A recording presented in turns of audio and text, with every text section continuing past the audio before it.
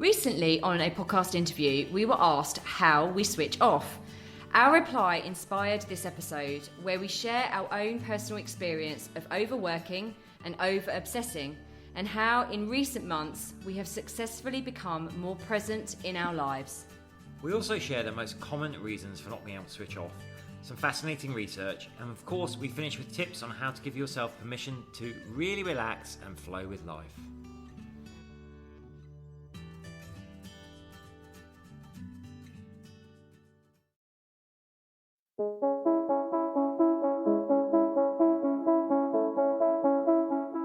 Hi, I'm James Davis. And I'm Claire Davis. We're the Midlife Mentors, here to lift the lid on how to achieve health and happiness. The balanced, no-nonsense way.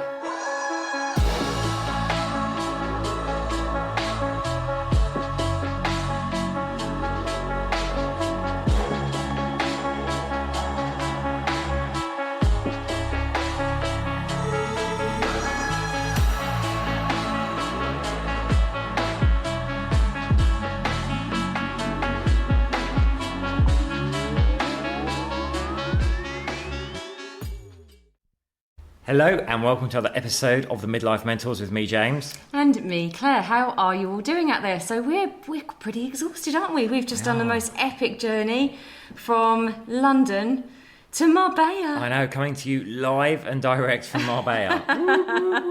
We are actually recording this a little bit late. Normally this goes out on a Saturday, we're doing it on a Sunday, but I think you'll forgive us because because we have a fur baby, which most of you have probably heard about, we've had to do the ferry across, which was how many hours on the ferry? Far too many. Far too many, then a 9-hour drive through Spain yesterday. So it was quite funny. When we went out for dinner last night, we could actually still feel the rocking of the boat, even though we were on dry land. So I think that was the beer, Claire. I didn't drink. True story. Claire's on 90 days, no alcohol now. Oh, you've told everyone. I was trying to keep it. I haven't really spoken about it very much, but yes, I am 90 days alcohol free, and I feel mentally just so connected to my purpose. I'm clearer, I have a clearer vision, and connected to my higher self for sure. So it's all good stuff actually, but that kind of leads us really into what we're going to talk about today, because we got asked on a podcast. We're doing loads and loads of podcast interviews at the moment, which is lovely. Which is amazing, actually. We're speaking to people all over the world, which is incredible. All over the world, in Australia, in America.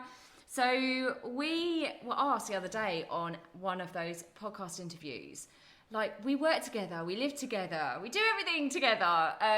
So how do we manage to switch off? How do we manage to, I don't know, find some separation between our work life, our personal life, and doing other things? Like, how do we do that? And it was one of those questions that we love because it really makes you think, and it's one of the things that I know James has as well, but I have really, really struggled with up until I would say about 6 months ago. Well, the answer is, folks, you go on a boat with no Wi-Fi for 36 hours. That's amazing. James put me on a boat. That's why we did it. It wasn't because of Lola. He put me on a boat. Do you know what? Speaking of, it's really fascinating, actually. So before we dive into this, it was really fascinating on the boat to see people. Like, you know, It's an opportunity to actually disconnect. You've got this thing called Wi-Fi at sea, which is patchy at best. So you have to pay extra for. So we thought, actually, we're going to just use this time to switch off and not be in contact, to come off of this. The amount of people that had paid and was kind of just sat there on their laptops and phones, the whole thing was quite an eye-opener, really. Well, I would have found that up until about 6 months ago, I would have found that really uncomfortable to not be on the interweb and not be able to be contactable. But I actually found it really easy. We just had lots of books. We watched some films in our cabin. We had the best time. It was amazing. I didn't feel shortchanged. I couldn't sit there looking at social media or my email. But it was, like James said, really shocking to see how many people, like couples, weren't talking to each other and just sat there on their phones using the Wi-Fi. I know, that's scary, right? I say, like, you're on a boat together for this time, and there were couples sat there, like, in armchairs opposite each other, just engrossed in their phones, I'm not joking, for hours. And you're like, wow, you've actually paid for a service to ignore your partner. Can I pay for that for you? You do it anyway. Oh, get the violin out. So yeah, we kind of were asked this question, and it got us thinking. We wanted to do a podcast on it. I don't know whether it will ring true for you, but if you're one of these sorts of people that even when you are supposedly, in inverted commas, relaxing or on holiday or whatever, you find it really uncomfortable to just sit there and not think about work, or not think about your to-do list, or not think about all these thoughts running through your head about what you should be doing. Kind of very, very future-based, thinking about, oh, what have I got to do next? What have I got to do next? Rather than just being. And the main word here is present. So when we're doing that, when we can't switch off, we're running through everything in our mind about what we need to do, but we're not being. We're becoming human doings in that sense. We're not becoming human beings. And that's a lesson that I've learned so hard in the last 6 months, is about becoming more present in my life, to just incredible effect. Yeah, well, I think this will resonate with a lot of people, because of course, technology, which was to be our great saviour and free us all up and make us more efficient and we have more leisure time and all that, has actually made us more of a slave to that's our dog barking, work. but we're styling it out. Styling out. In the old days, when your day started when you actually physically got into the office, and it ended when you left. But for so many of us now, we're constantly on. We have email, and we're conditioned to it as well. So talk about email for a minute. We're like Pavlov's dogs. If you hear the ping of your phone, you instantly want to pick it up and look at it. Layering over that, even if you're not working, maybe you're a full-time mother, that is a work. You've got things like social media as well, which again is actually designed to make you always on, like, oh, what's happening? It's that whole FOMO, isn't it? Like, what could I be missing out? What could I be missing out? And what's everyone else doing? So we have all these pressures on us, kind of pressuring us to be always switched on and attentive. And of course, evolutionary-wise, we're not designed to work that way. We're meant to, go out and hunt and gather and be focused, and then come back to the campfire and relax and switch off. And I think the reason this struck a chord with me when we were asked this question is because I have been doing a lot of work, how ironic, work around switching off and becoming more present, because I really, really noticed in my life, James and I, one of the negatives of having your own business and being an entrepreneur is we're so passionate about what we do, and we love doing what we do. So there's another point is, because we love what we do, it's really, really hard to switch off, because you're constantly wanting to create and expand and grow. So you're coming up with these ideas all the time that you want to action all at the same time. They're going around in your head at night, and you can't switch off. For me, not James. James' head's hit the pillow and he goes to sleep. But, for me, it was becoming a real problem. It's swirling around my head, not being able to sleep very well. And I'm thinking that I'm doing a great job because I've got my own business that I love finally and all that sort of stuff, but it was actually negatively impacting my health and my well-being, being constantly on. So I had to kind of really evaluate why I was doing that. Like, what were the triggers? What was I afraid of? What was really behind not being able to switch off and rest and be present? And I think one of the things that we're going to talk about here is the main reasons in our understanding. So there might be different ones for you, okay? So again, please reach out, let us know what some of them are for you once you've listened to this podcast and considered it. But for me, and for a lot of people, it's kind of a trauma response, right? For me, it really was. It was having lost certain things in my life and not necessarily being having the security, or having things taken away from me, or even being fired. I've been fired. And that sense of... By me several times. Yeah, but you keep on using me as your PA, so I wish I was fired. But, it's that feeling of loss and losing things if you don't hold on to everything really, really tightly. If you're not controlling things, there's that sense that you might lose them. And I know that is an absolute trauma response from my previous experience of having things taken away, like jobs or, relationships and things like that. You feel like you have to control everything, keep everything under control so that you don't lose them. Yeah, I mean, all these reasons, I'm going to run through 4 reasons here. They're all actually very closely interlinked and kind a real feeling affect of fear and influence each other. So the first one, feeling of fear, that fear of, if I'm not pushing hard all the time, I'm going to lose it. Or someone's going to take it away. Whether that's you're running your own business, you're just trying to compete on social media, or you're in a corporate environment. It's like, someone else could leapfrog me. So yeah, feeling of fear. The next one, I said, all closely related. Just feeling like not worthy, not of value. Like you need to continue proving yourself all the time. Yeah, and that comes down to comparison a lot. You know, looking at everyone else and thinking, oh, they're doing so much better than me. What are they doing? I need to keep going. I need to keep pushing, keep striving. And that essentially is a feeling, like James said just then, it's low self-esteem. It's not feeling good enough and that you're not doing enough. Whereas you absolutely are. This is what we've come to, and I've come to realise, is we are enough just as way we are. And once we're experiencing joy and enoughness, everything else flows anyway. We need to not be scared of bringing it down into the present. So number 3 is perfectionism. This is one of mine. Your favourite. Yes. So I'm a recovering perfectionist. James used to have absolute kittens with my perfectionism. It was a nightmare. It really drove how I responded to everything. I never got anything out the door because it needed to be perfect constantly. And I'm so proud of myself that I'm not like that anymore. You know, getting out there is better than not. So perfectionism is another way that we use to just not slow down. We keep striving, pushing, we can't relax, we can't switch off because we feel like we need everything to be perfect. But as we always say, it's the enemy of progress. It's the enemy of joy and fulfillment. You have to start learning to be perfectly imperfect, because perfectionism will really, really ruin that sense of joy and presentness in your life. Yeah. And the fourth one, massive one, stress, you know, just being used to being busy, being habitually busy.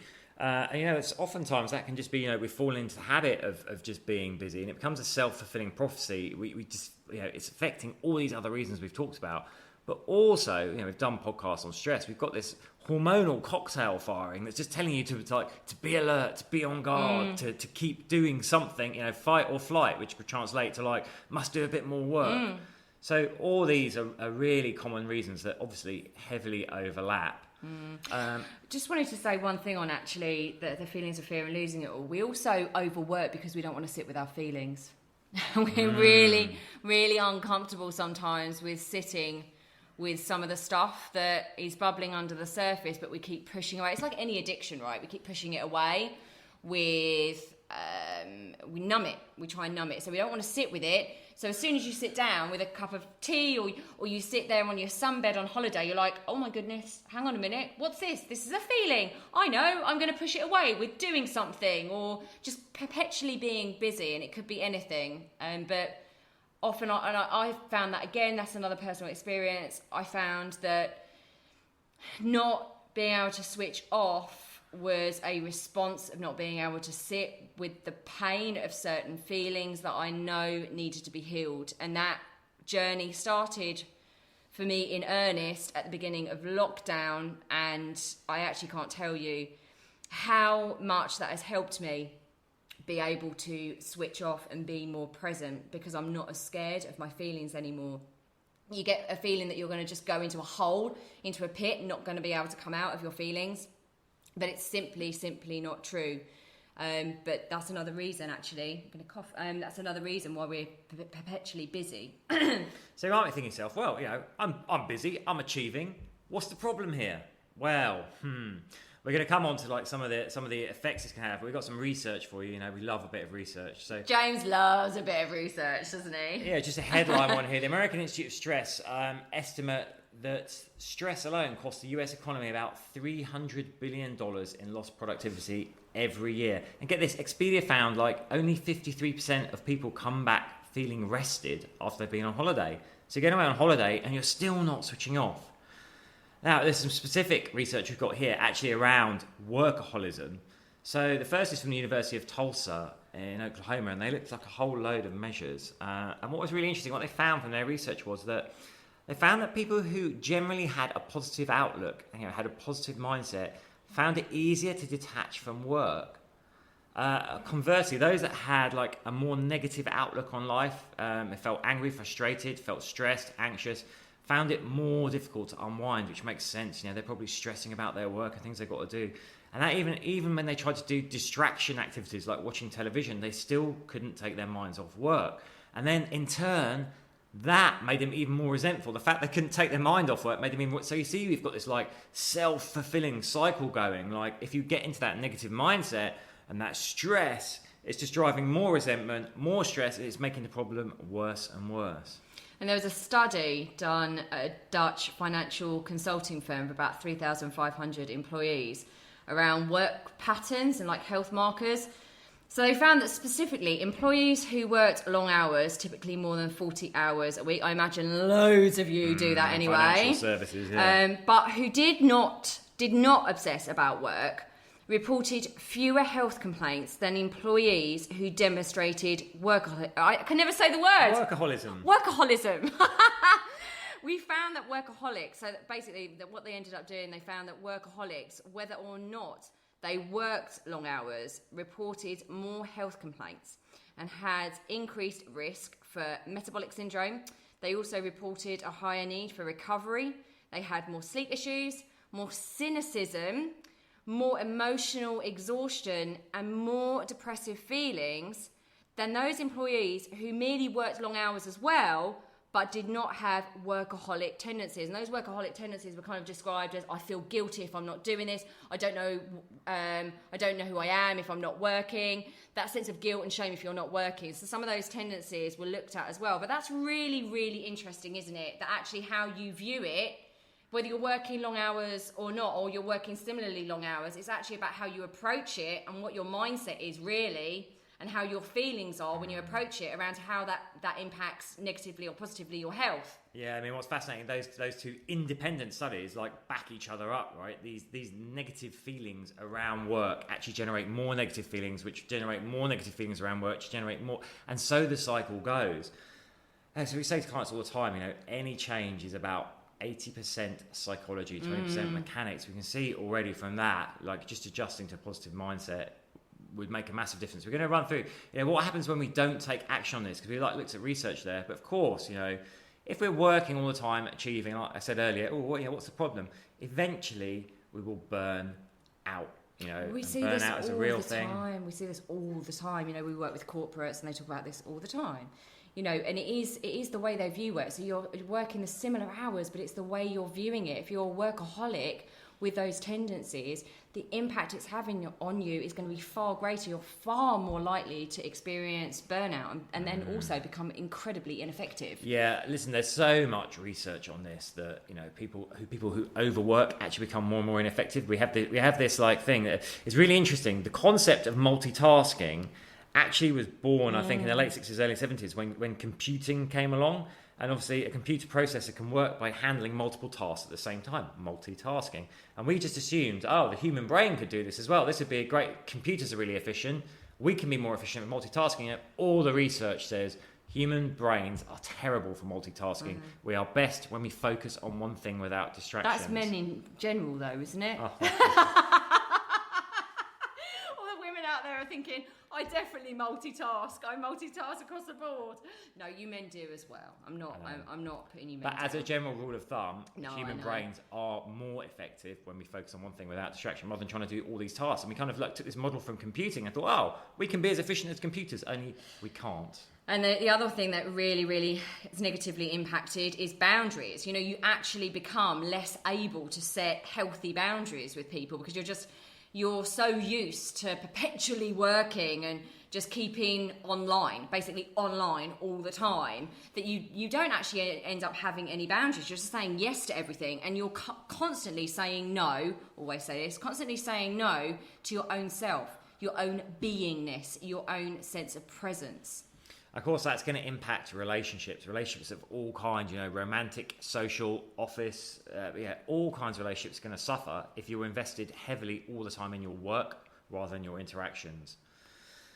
And all of that is just going to lead to a positive reinforcement of stress. So the more stressed you are, the more stressed you're going to become if you don't take steps to deal with it. So we just got this, like I said, this positive reinforcement running all the time. Or I'm stressing about being stressed, and it's making you more stressed. So we need to learn to break the cycle, turn off, unwind, relax. Yeah. And we have 6 tips to help you do that, don't we, Claire? Yeah, we do. And I don't know whether, James is probably going to tell me off here, I don't actually know whether tip 6 is a tip 6. I think it's just generally, I think from my experience... 5 tips, a general feeling. that Claire has just decided to change. I think generally, once we're able to realise what's triggering all of this and what's an awareness of us being in perpetual doing this, because we might be afraid of stopping, of losing it all. All those things are the reasons why. I would really, really love you just to have a think about, when you come off this podcast, just have a think about what's really driving you not able to switch off, for you not to feel comfortable or trusting.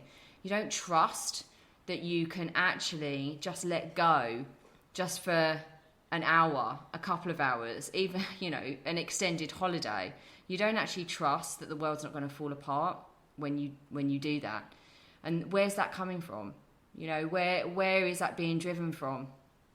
Is it previous experiences? Is it past hurts? Is it past pain? Is it not wanting to sit with your feeling? Just a general not like feeling like you have to have it all under massive control. Because one of the things I've really realised in my own life is when I do switch off, I went to that retreat, when I do give myself permission to have time off and to be present and do the things that I love to do that bring me joy outside of work, I am a far better person. I'm a far better wife. I'm a far better coach. I'm a far better daughter. I like myself a lot more because I can't give from an empty vessel. I can't, my glass is constantly draining down and I can't give anything from that space. I can't be my best person, my best version of me when I'm like that. So actually experiencing joy other than just working all the time just makes everything so much better, including my work. I'm able to see things better. I'm able to have more clarity. I'm more creative. I'm more focused. I'm not burning out. And my health was really suffering as well. So I just wanted to add to that. I don't even know whether that touches on that point there, but one of the points was be present and feel joy. Well, yeah, but how do we do that? How do we give ourselves permission? Like, I think it comes from awareness of why you're not doing that. And then realising that you can release your grip ever so slightly and the world won't fall apart. In fact, you will become, oh my goodness, even more awesome and more fulfilled than you are already, because you're able to be present in your life rather than just being future focused. Yeah, that's a really, really beautiful point. I would say from experience, some people will be able to identify that straight away and move into that place. Some might. Other people might need these other steps first. Sometimes you have to create the space for change first. Sometimes you can create the change and the space follows. Other times you have to create the space first and then allow the change to come. So be present and feel joy, I say, is the goal, the destination to get to. Exactly. But here are some steps that can definitely help you get there. So the first is set boundaries. So start setting boundaries around your work. Have a hard stop time for doing stuff. Be like, okay, after 8 p.m. I'm not even going to look at emails, let alone respond to them. You have to start protecting your time and giving yourself permission to protect your time. Start setting times for your personal time. Create physical boundaries around different activities as well. If you are in a situation where you're having to work, at home or even hybrid, try and do it in different spaces so you're getting some kind of delineation between it. You must have these both physical and emotional boundaries between work and play / personal. And I think if you're finding that really, really difficult to do, which is completely understandable, like James said, and like I did, what are you most afraid of? Why are you so afraid of doing that? Is a question that I would pose to you. What's the worst that can happen? What are you so afraid of? What's making you not want to do that? Yeah. Have rituals that mark the beginning and the end of activities. Now, ritual doesn't mean like a big complicated thing necessarily. It could be just like, when I start work in the morning, I'm going to actually like lay out my keyboard and my pen and my notepad in a certain place in a certain way. And that's sending a signal to my subconscious, this is now work time. And similarly, at the end of the day, you might be like, okay, I put this away and I make my cup of herbal tea. That marks the beginning of, personal time. Yeah, absolutely. And I think setting personal goals and planning them is really, really important. So I even wrote a list of like, what do I even like to do outside of this? Outside of my work? What do I like to do? And this is when I've really, really got into looking at a lot of like ancient wisdom, herbalism, all of this sort of stuff. There's a whole world that has opened up to me in the last 6 months because I chose to sit down and ask myself the question of who am I? What do I love to do? What are the things that really, really float my boat other than, and I love you all. I love any clients. I love you all. We love you, even if you're not a client. But, you know, that isn't the be all and end all of my world. It's not giving me a rich tapestry of my life. Like, what else do I love to do? What brings me joy? And actually setting some personal goals around that and giving myself some stuff that's like goes outside my comfort zone. Going to that retreat on my own. I haven't done a retreat on my own for years. That was outside my comfort zone. But anything that stretches you, brings you joy, and is like a hobby that's outside of your work, I can't tell you how much that will enrich your life in all areas.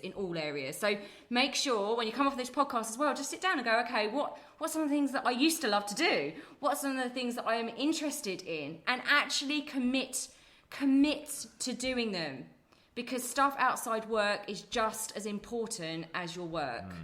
I think don't fall into trap as well. We fall into this trap, I think, in modern culture that we feel if we do something, we've got to attain some sort of level of mastery over it. If you enjoy something but you're terrible at it, just do it for the joy of it. Just have fun with it. I love you that point. don't have to be mastering stuff all the time. Obviously, it's great if you can, but it doesn't have to be. If you enjoy it but you're terrible at it, do it anyway. I love that point. Absolutely. Is that why you've started dancing? If only. With Neil. Neil Jones getting the dancing shoes out. Also work on your mindset. So right. This is a big, we saw from that research how big this is. This is probably the one that will make the biggest change, right? Yeah, absolutely. But these all go hand in hand, right? Work on positive affirmations, positive self-belief, building positive thought patterns around being able to give yourself permission, to give yourself space and time. So, some of the stuff that really worked for me, I'm just going to give you some of mine, was like, I'm safe to receive. I am safe to take time out. I am safe to set healthy boundaries around my own work-life balance. I am able to create space for myself. I am worthy of creating space for myself. I am worthy of receiving. Some of those ones are really, really powerful, because especially the word safe, for me, it was really, really poignant. I am safe to do this. I am feeling more trusting of the universe that I am safe enough to take this time and do what I love, because the universe responds to passion and joy and love. So that's what I'm going to do. I'm going to put that out in the world in a different way other than my work, because the universe loves to see me enjoy. I mean, say if you're struggling to get started with this, one of the simplest and most effective things you can do is start a daily gratitude practice. There's loads of neuroscience research that backs this up, that it can change your mindset to a more positive place if you do it consistently in quite a short space of time. You just get up each morning and just write down in a little notebook, 3 things you're grateful for from yesterday. And something that'd be great for today. They could even start with that, just that, something that'd be great for today. That's all you need to do, but just day after day, but just really connect with the emotion of why you're grateful for it. Because and that we will know, change your outlook over time. Yeah, because we know exactly your outlook is really closely linked to how much of a workaholic you are. And the final one is remember to invest in your relationships, your romantic and social ones. Again, we put so many things above the things that really, really, truly matter. And I'm going to be really soppy, but it's so true. The only thing that matters, I saw a beautiful post on this the other day, the only thing that really matters is love. Yeah. Right? It really, really is. It doesn't matter how far you climb up that career ladder, how many things you've attained and grown, and how far you've reached in any area of your life. If you're not focusing on self-love, love for other people, love for the things that are important in your life, none of it matters. And focusing on those things will help you be able to switch off a lot more, because you're in the moment. Love brings you in the moment. It really does. Love is that emotion that brings you very, very present. Yeah, one of the exercises I get some of my clients to do, and I do with my men on my Rise program, is like a thing called life equilibrium, where you look at currently where your life energy is going, because we don't often stop and take stock of that. And obviously if we've got like a short-term goal we want to attain, so we're putting more energy into that direction, that's okay if it's a short-term goal, but by necessity, clearly a great person this, but necessarily that means you're sacrificing something else, right? If you've got a pot of energy and more of it's directed to one thing, the other areas are suffering. So you need to be looking overall, your overall life, and look, where is your energy directed? Is it directed in the places where you want it to be, in line with what's most important to you? And we can easily get distracted into thinking, these work goals, these career goals are the thing that matters the most, but actually probably it's your health. It's you, it's your growth, it's your relationships. They probably matter more if you're deeply honest with yourself. So it's about just getting that energy weighting right. It's getting perspective, and it's also looking at what happens if you don't get that perspective right. Seriously, like what happens if you don't get that perspective right? Because, if you're constantly focusing on one area of your life, how does that negatively impact all those other areas, and what's the long-term implications of that? I hope you found that useful. Speaking of life energy, there's a beach chiringuito with our name on it calling. There I want to really enjoy the is. sunshine on our first day here. So I hope you found that useful, and we're sending you so much love. And we hope we haven't made you too jealous there. Anyway, we're sending you so much love. Do let us know how you found this. Just email us. What's it, team? At themidlifementors.com. You can find us online at themidlifementors.com, YouTube, The Midlife Mentors, Instagram, Midlife Mentors, and we've got our free Facebook community, The Midlife Mentors community. So just search for that, ask to join. We'll be pleased to let you in. And please do share our podcast. Subscribe, share, and review. Sending lots of love. Mwah.